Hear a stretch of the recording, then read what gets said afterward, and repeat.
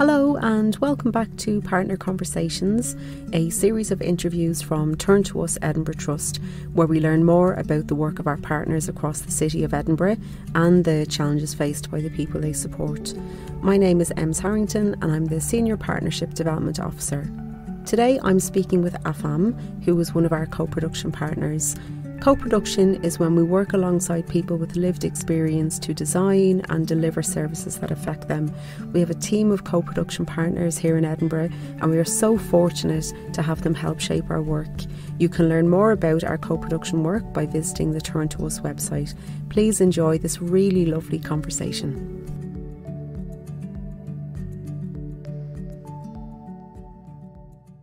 Can you please introduce yourself to our listeners and followers of the podcast? Good afternoon. My name is Afam and my surname is Ejimbe. I have other names in between, but to keep the day short, Afam will be fine. Thanks so much, Afam. So you are one of our co-production partners. What first attracted you to being involved with Turn to Us Edinburgh Trust?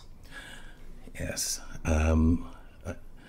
I do remember, it's a good question as well, but I do remember when I was working with a certain charity in the heat of battle trying to get grants in and looking for alternative financial avenues.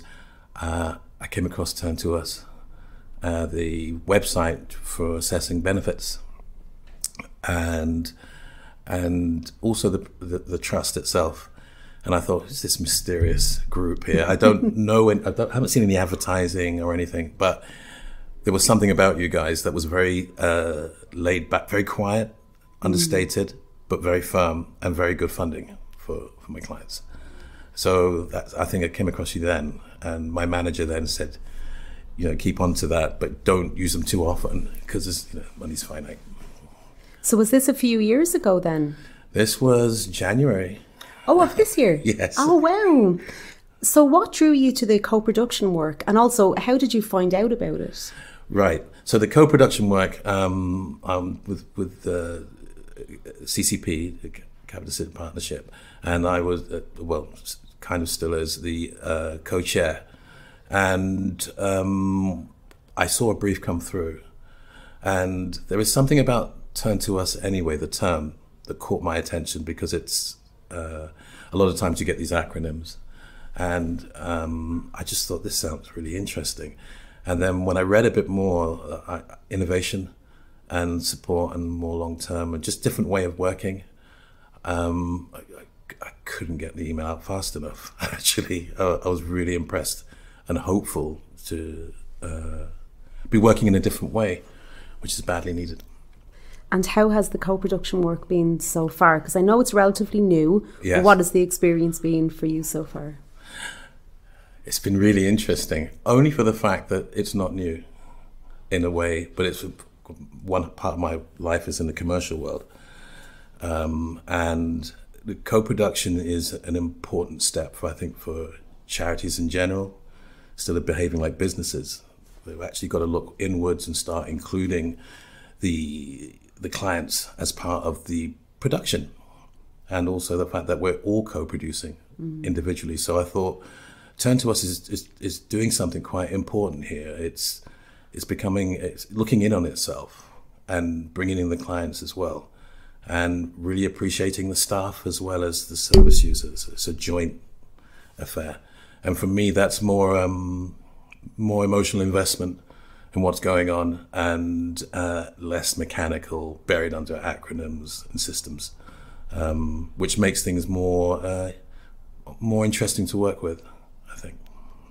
That's nice, yeah, thank you.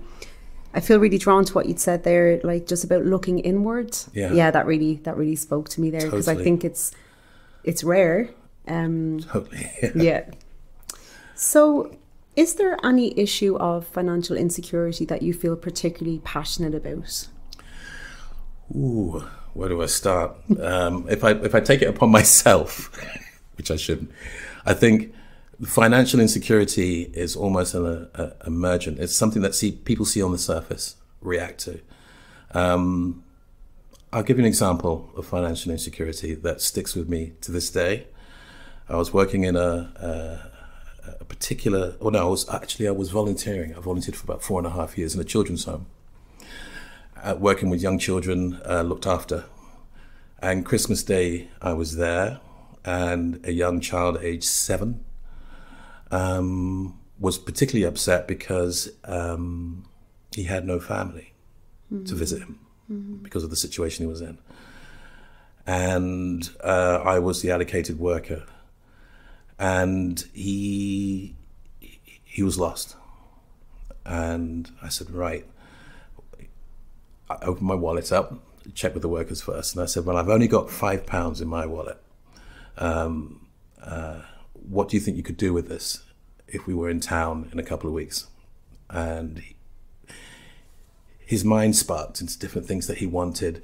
I just realized then, the money is, is immaterial. It's an avenue to open up new ways of thinking. And I think financial stresses are a surface of a lot more that's going on underneath. And I think a lot of the times with charities now, naturally there's a lot of over-focus on finance, when actually it's the intervention and the type of practice behind it, particularly with Turn to Us and Edinburgh Trust, where there's a lot more going on, feeling included, feeling that there's someone there helping you, with the money is important. So you could throw £1,000 at someone and they can, burn through it very quickly, or you can give £200 to a family with support, and it could go a lot further. So I think the financial situations and stresses are important, but it's just the surface of the iceberg of issues. Thank you for that. That's come up a few times from conversations that I've had, is that the money is important, but it's not the be all and end all. And there was real feeling that it's what happens around that is so important, around support and around how the person is treated as well. I mean, I know I talk a bit about our grant making model, but around dignity and agency and respect, and having that, being treated like a human being. Absolutely. Can I ask you what your hopes are for the future? So I'm going to break this into two. So for yourself and for the people of the city, and you can include your work in that, the people that are supported, anything at all that you think you'd like to add. Right.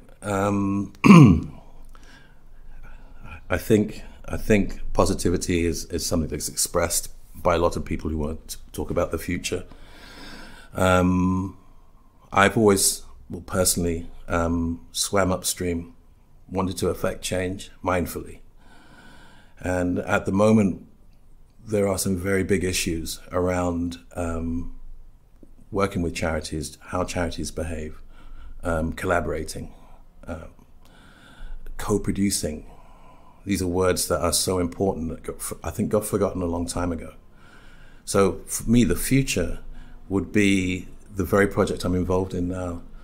But it's just a macrocosm of something much bigger, where you have different charities working with each other, big ones and small ones. Collaborating should be throughout the entire system. At the moment, that isn't happening, and understandably. So my hope in the future is that there will be a natural coming together and supporting of each other charity-wise, which will then reflect with service users as well, getting access to more varied and quality with regards to the type of work and support that they get. Yeah.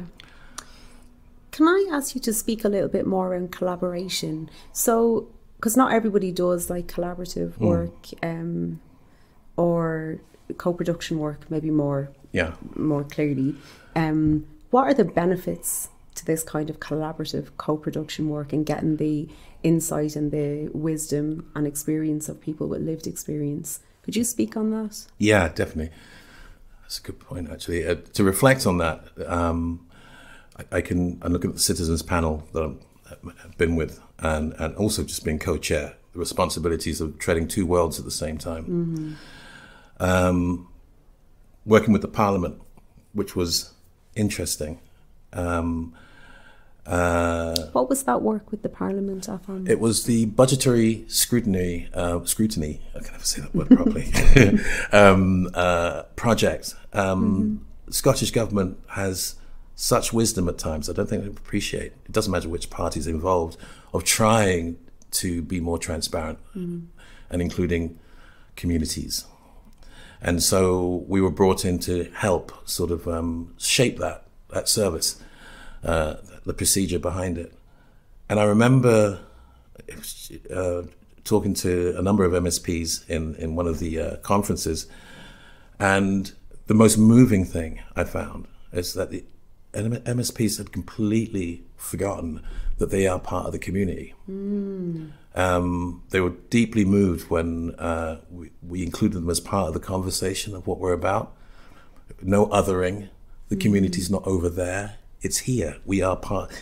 I made a point of saying that the Parliament is actually a big community centre. You'd want to have more meetings here, you know, dragging the members of the public, and that would be the collaboration starts, because collaborating can just be sitting in and listening. And there were a few tears, which I found quite moving. And I think that for me, it was the beginning of change, really. Luckily, Scotland's very small population-wise, so they can affect some changes.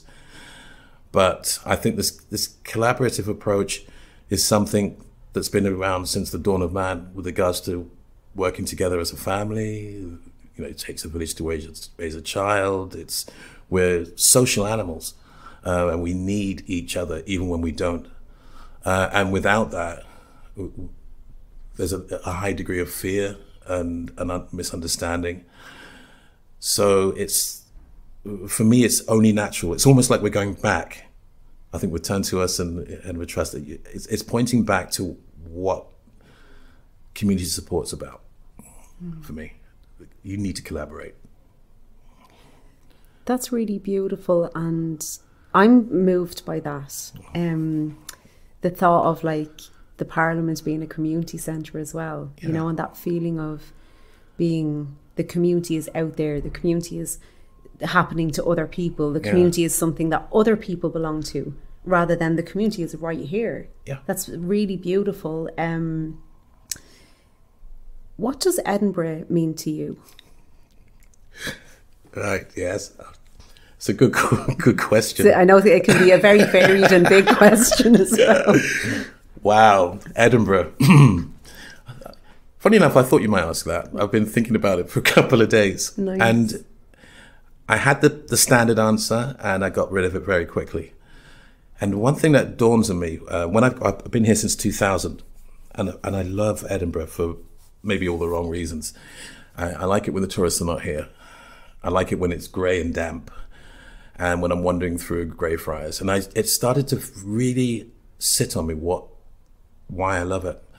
And Edinburgh, for me, like parts of London where I'm from, it's a testament to, it's a legacy. It's a shadow of what was before. And even in my home, 150-year-old cottage, a number of families have been through there.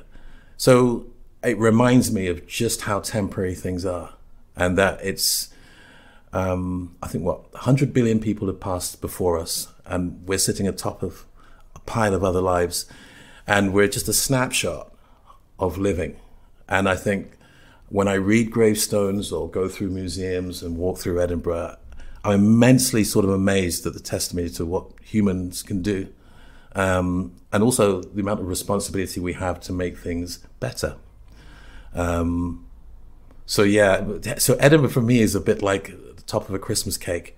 It looks great, but I'd like to know more about the filling, what's underneath there. And when I do look at it, it's rich with mistakes and Birkenhair and whatever, really. And so I love it. It's a very rich place, but I think there's a lot of good old will as well as present will, and we've got to be mindful of that.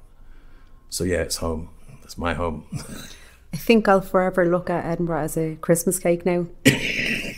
I really got what you were saying with that image. I was like, Oh yeah, because there's like richness and mystery. Mystery, and like, well, if you're thinking about Christmas cake covered in like marzipan and icing, I'm like, what's in there? There's layers to it as well. It's an astonishing place. I remember the first day we arrived in Edinburgh at London Road, I was living, and I came out the door, and I kid you not, a Land Rover went past, and I looked, and I said to my partner, I said, "That's the Queen." She goes, "Yeah," and she was just driving up London Road. I think there was one security vehicle behind her, but I just thought, this is what Edinburgh's about. The Scots are not really too perturbed about the royalty being around. And it's on your first day as well, coming out of. Wild, honestly. So, yeah, potential. Scotland, for me, is about potential and about trying to make a change from a deep history of wanting to be believed and understood. Is there anything else that you'd like to add to our conversation today? Yes. I promised my son this one, actually. 1990, at NASA, Voyager 1 spacecraft was on its way out of the solar system, passing Saturn. And Professor Carl Sagan, astrophysicist, amazing guy, now long gone, I think he instructed or asked or was partly involved of making a special request. And he asked for the spacecraft to turn 180 and take a selfie of the Earth. And the book he produced from that was called Pale Blue Dot. And it's a faint little blue dot of us in the middle of nothing. And for me, I cannot quote what he said, but you need to go and check it. It's very moving. But it's the sum total of who we are and what we are in that little pale blue dot. And all we have is each other. And so it's one of the most moving, critical pieces of observation I've ever had, and keeps me going, because that's all we have is us. So next time when I pass people who are, asking for money or cigarettes, because I'm a smoker, unfortunately, I give more than I can, because, I'm one paycheck away from being there myself. And so, I just hope at some point we realize just how important we are to each other. And so Turn to Us, this is the twist, was it caught my eye in the very beginning, because I think the initial instruction was to turn the spacecraft around and take a reflective shot of Earth.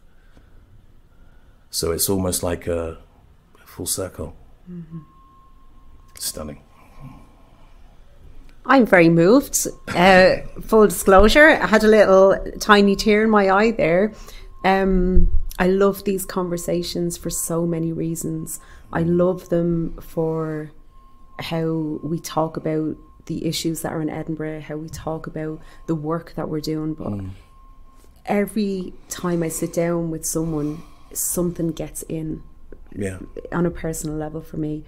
And I am very moved and inspired. And I'm really, really grateful for your words. I'm moved for too. Actually being here. What a wonderful... And I guess in this interview I'm saying more than I usually would, but you're talking so eloquently and beautifully about, we need each other, we're relying on each other, we're in it together. Mm-hmm. And then we're sitting here in our office in Edinburgh across from each other, both feeling moved by that human experience and that which unites us. Yeah, completely. That is very, very special to me. Thank you for your time. Thank you for your energy. Thank you for the work that you're doing in Edinburgh, across the city. I'm very, very grateful to you, Afam. Thank you. Thank you very much for putting up with me. It's my pleasure. Thank you. This interview was carried out and produced by me, Ems Harrington, Senior Partnership Development Officer at Turn to Us Edinburgh Trust. We are part of national poverty charity Turn to Us, and we have over a decade of experience in giving direct financial support to people experiencing poverty in Edinburgh. You can learn more about our work by going to turntous.org.uk.